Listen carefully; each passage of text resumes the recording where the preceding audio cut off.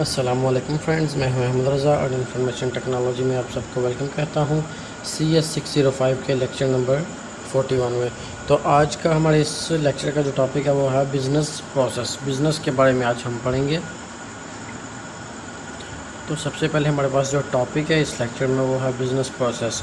A business process is a set of logically related tasks perform to achieve a defined business outcomes. यहाँ business process में दो ही काम होते हैं, या तो इसके बिज़नेस के आउटकम्स जो हैं, जो बिज़नेस की हमें आउटपुट मिलनी होती है उसको डिफ़ाइन किया जाता है कि हमारा कौन सा गोल है और हमें इसकी क्या आउटपुट मिलने वाली है, इसका हमें क्या रिज़ल्ट मिलेगा और हमें कौन कौन से बेनिफिट्स चाहिए और किस तरह का इसका डिज़ाइन होगा। और दूसरी बात ये कि रिलेटेड टास्क्स, इससे रिलेटेड हमारे गोल के रिलेटेड जितने भी टास्क होते हैं उनका एक मजमूआ बनाया जाता है, उनको कंबाइन करके हमारा एक बिज़नेस प्रोसेस जो है वो स्टार्ट किया जाता है। The way certain business is conducted, जिस तरीके से हम बिज़नेस को कंडक्ट करते हैं, बनाते हैं, उसकी एक एग्जांपल हमारे पास है परचेजिंग सर्विसेज एंड सप्लाईज़। सबसे पहले तो हमने सर्विसेज को परचेज़ करना होता है, कहीं से भी परचेज़ कर सकते हैं, यहाँ एम्प्लॉयज़ को हायर करके बनवा सकते हैं या किसी से परचेज़ कर सकते हैं। तो सबसे पहले हमने बिज़नेस प्रोसेस में रिक्वायरमेंट्स को देखना होता है, उसके बाद उन रिक्वायरमेंट के जो रिसोर्सेज इस्तेमाल होने हैं उन रिसोर्सेज को परचेज़ करना होता है, परचेज़ सर्विसेज एंड सप्लाईज़, और उसके बाद उसको सप्लाई करना होता है, आगे भेजना होता है। उसके बाद दूसरा प्रोसेस हमारे पास है हायरिंग न्यू एम्प्लॉयज़।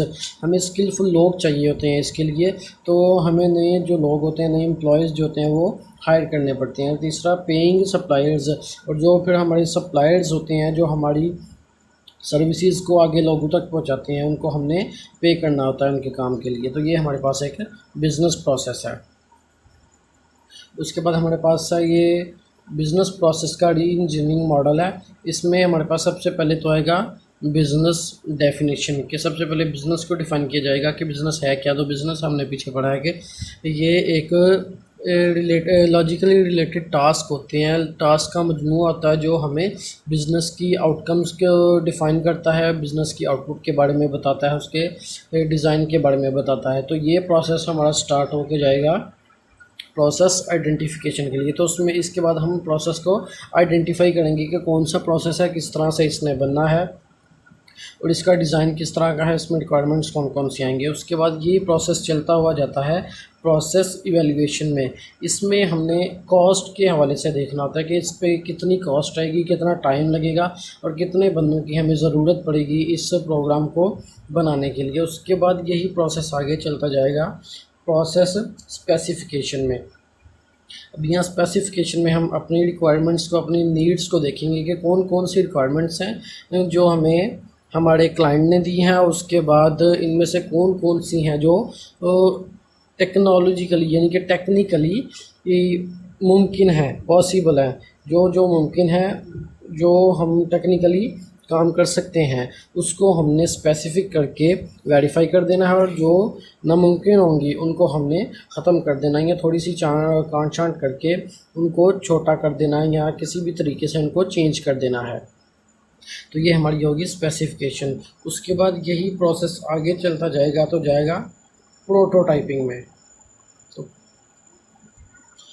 प्रोटोटाइपिंग हमारे पास एक एक्सपेरिमेंटल प्रोसेस होता है जिसमें डिज़ाइन टीम जो होती है, जो हमने टीम हायर की होती है, स्किलफुल लोग होते हैं जो हमने हायर किए होते हैं कि इस प्रोग्राम को बनाने के लिए, वो इम्प्लीमेंट करते हैं अपने आइडियाज़ को टेंजिबल फॉर्म में, यानी कि पेपर से डिजिटल की तरफ जाना। अब जो हमने प्लानिंग की है, पेपर पे जो प्लानिंग की है, अब उस प्लानिंग को हमने रियल वर्ल्ड में इस्तेमाल करना है।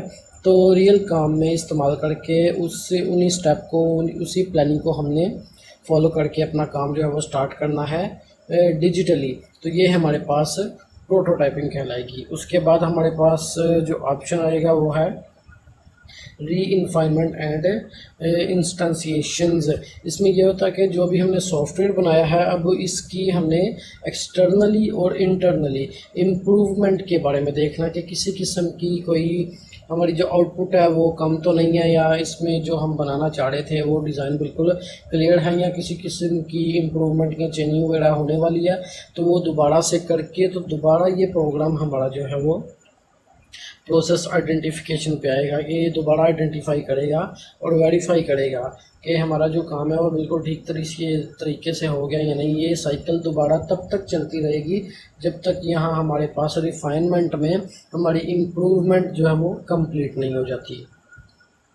उसके बाद हमारे पास जो टॉपिक है वो आएगा business process re engineering model. इसमें हमारे पास बिज़नेस की डेफिनेशन है जो हमने पीछे भी पढ़ी है कि लॉजिकली रिलेटेड टास्क का एक मजमू आता है जो हमें बिज़नेस की आउटकम्स के बारे में बताता है। तो इसमें हमारे पास कुछ पॉइंट्स हैं। Business goals are identified. सबसे पहले हमारे पास काम ही यही होता है प्लानिंग में कि हमने बिज़नेस के अपने जो गोल्स होते हैं उनको सेट करना है कि कौन कौन से टास्क होंगे, कौन से गोल होंगे और कौन से हमने माइलस्टोन फिक्स करके तो हमारा प्रोग्राम जो है वो स्टार्ट करना है। इसमें कुछ की ड्राइवर्स हैं। सबसे पहले तो कॉस्ट रिडक्शन, कि जितनी ज़्यादा कम कॉस्ट होगी उतना ही कंपनी को फ़ायदा होगा। जितनी ज़्यादा कम कॉस्ट में आपका जो सॉफ्टवेयर वो बन जाएगा उतना ज़्यादा फ़ायदा आपकी कंपनी को होगा उसमें।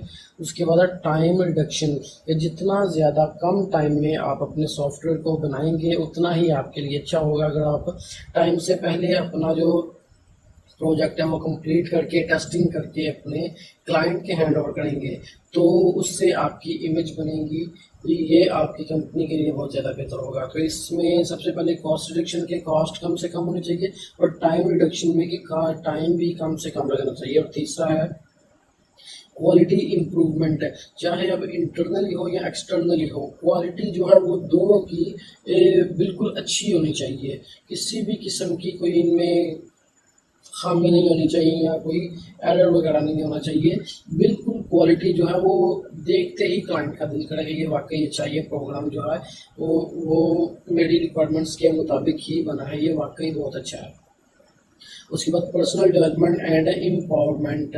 पर्सनल डेवलपमेंट क्या हो तो किसी भी चीज़ को डेवलप करना एंड एम्पावरमेंट के उस पर इख्तियार भी रखना कि अगर किसी भी चीज़ की कोई चेंजिंग्स वगैरह हमने करनी है तो बगैर किसी की सलाह मशवरा किए हम अपनी मर्जी से कोई भी टीम मिलके कर सकती है।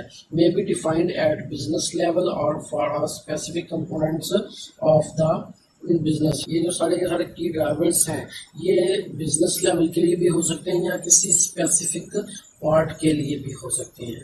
उसके बाद हमारे पास जो अगला टॉपिक है वो आएगा प्रिंसिपल्स ऑफ BPR यानी कि बिजनेस प्रोसेस री इंजीनियरिंग। इसमें organise around outcomes not tasks.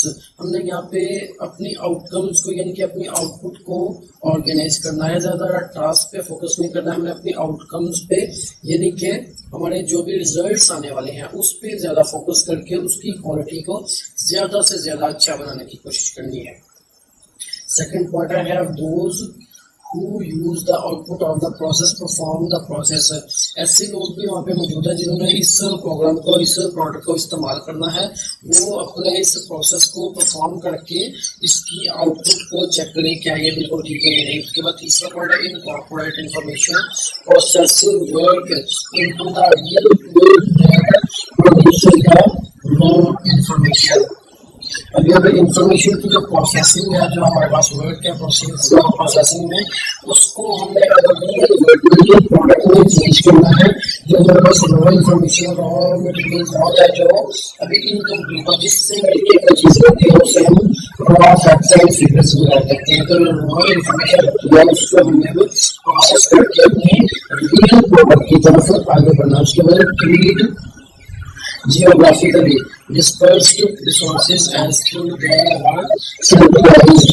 उन्हें जियोग्राफिकली अपने रिसोर्सेज को इस तरह से ट्रीट करना है कि वो रिसोर्सेज भी हमारे लिए हमारे प्रोडक्ट के लिए सेंट्रलाइज है यानी कि मरकज़ है। उसके बाद combine the result of activities, जितनी भी हमारे पास एक्टिविटीज आउटकम जो है उसको हमें कंबाइन करना है, उसको मेक द कंट्रोल सेंटर में कंट्रोल सेंटर होता है जिसके जरिए हम अपने पूरे के पूरे प्रोडक्ट को कंट्रोल कर सकते हैं। चेक द आउटपुट और इसकी फिर चेक करना है कि क्या हमारा जो प्रोग्राम है वो सही से वर्क कर रहा है। उसके बाद मेन पार्ट रिकॉर्ड है, इस कार्ड के पास हमने रिकॉर्ड भी रखा है। उसके example of this topic is philosophy. Philosophy is for refactoring, factoring या factorization, factorization होती है किसी भी चीज को किसी को डिवाइड कर देना, उसे सॉल्व करने के लिए। Refactorization is the process of changing our software system such that ये एक प्रोसेस है कि सॉफ्टवेयर को चेंज करने के लिए external behavior of the system का क्या चेंज है, हमें external यानी कि उसका जो डिजाइन है उसको चेंज नहीं करना, इसके बिहेवियर को नहीं चेंज करना। यदि प्रोडक्ट स्टार्ट किया है कोई हमारा सॉफ्टवेयर स्टार्ट होता है तो उसका स्टार्टिंग में लिखा हुआ था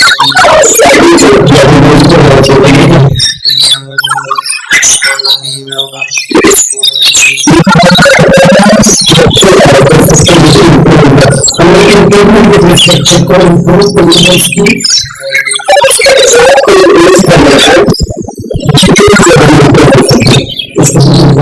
इससे ये सब हमें प्रोग्राम को लिखने के बाद